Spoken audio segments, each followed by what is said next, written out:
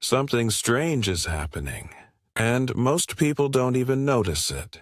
Every day, quietly, your thoughts are being shaped, your beliefs nudged, your reality rewritten, not by chance, but by design. It doesn't feel like hypnosis. There's no swinging pocket watch, no eerie music, just endless feeds, glowing screens, carefully crafted narratives, all whispering in unison. We think we're making choices, but often, the choices have already been made for us. The real question is, what if mass psychosis isn't a historical anomaly, but the blueprint of our modern world? Mass psychosis isn't a sudden explosion of madness. It's a slow, quiet infection of the collective mind. Historically, this concept was observed during witch hunts, totalitarian regimes, and religious frenzies. But what's different now is the subtlety. Instead of burning stakes, we have algorithms. Instead of fear-mongering preachers, we have influencers. Psychologically, the foundation is social conformity. Solomon Asch's famous experiments showed how people deny their own senses just to fit in with a group. Even when the answer was obviously wrong, the majority chose the lie over the truth, simply because everyone else did. Now, amplify that experiment to billions of people, online, every single day. Each trend, each viral sound, each outrage cycle pulls invisible strings on our behavior, slowly, predictably, and with terrifying precision. Carl Jung once wrote that the greatest threat to humanity is the psyche itself. He warned of what happens when the unconscious is left unexamined. It can be hijacked. In the modern landscape, mass psychosis doesn't need loud propaganda. It thrives in passive consumption. Psychologically, this exploits the availability heuristic and confirmation bias. The more we see something, the more real it feels. The more it aligns with our existing beliefs, the more fiercely we defend it. Combine this with dopamine-driven feedback loops, and you get a population slowly conditioned to respond not to truth, but to stimulation. Every notification is a nudge. Every trending outrage is a cue. And the result? A collective psyche that reacts instead of reflects. It's not about brainwashing in the traditional sense. It's about subtle rewiring. One click, one scroll, one emotional spike at a time. Philosophically, Jean Baudrillard's concept of hyperreality becomes chillingly relevant here.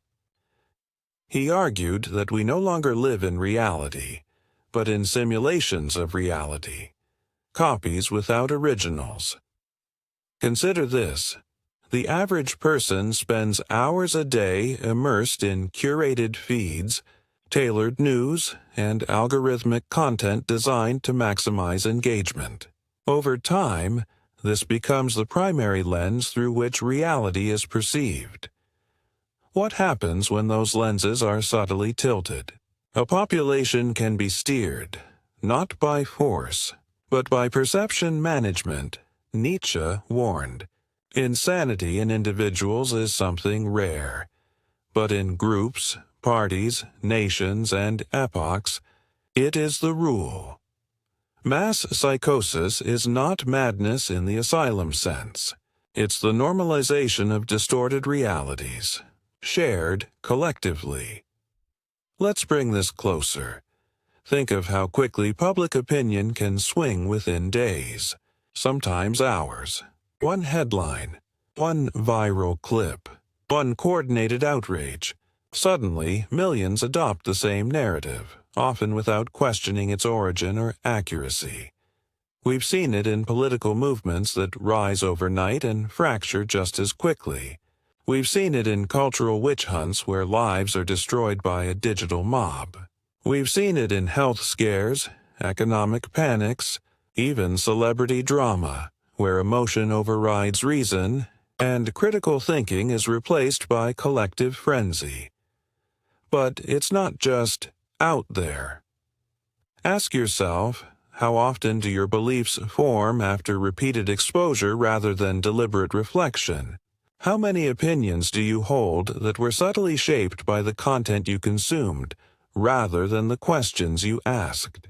When was the last time you changed your mind without external pressure? Simply because you thought deeply. Mass psychosis today doesn't look like people foaming at the mouth in the streets. It looks like millions quietly scrolling, believing they're thinking freely, while being gently steered. Alan Watts once observed that we seldom realize, for example, that our most private thoughts and emotions are not actually our own, for we think in terms of languages and images which we did not invent, but which were given to us by our society. This is the essence of the modern mass psychosis. We are shaped not through chains, but through shared narratives that feel so intimate. We mistake them for our own thoughts. Freud might have called it the triumph of the superego, the internalized voice of society, whispering its expectations in our heads. Jung might say the collective unconscious is infected by archetypes manipulated for profit and power. Philosophically, the danger isn't that we're being controlled. It's that we don't know it's happening. History shows us that mass psychosis leads to the suspension of critical thought, the erosion of individuality, and eventually, the acceptance of realities that would once have seemed unthinkable. Something strange is happening, and most people still don't see it. It doesn't arrive with thunder. It arrives like a whisper in your feed, like a chorus of voices that sound like your own, like a story you didn't write, but believe deeply. The question isn't whether society is quietly rewiring your mind. The real question is, when was the last time you rewired it back? Because in the end, the most powerful form of control isn't the cage you can see. It's the one you don't even know you're in.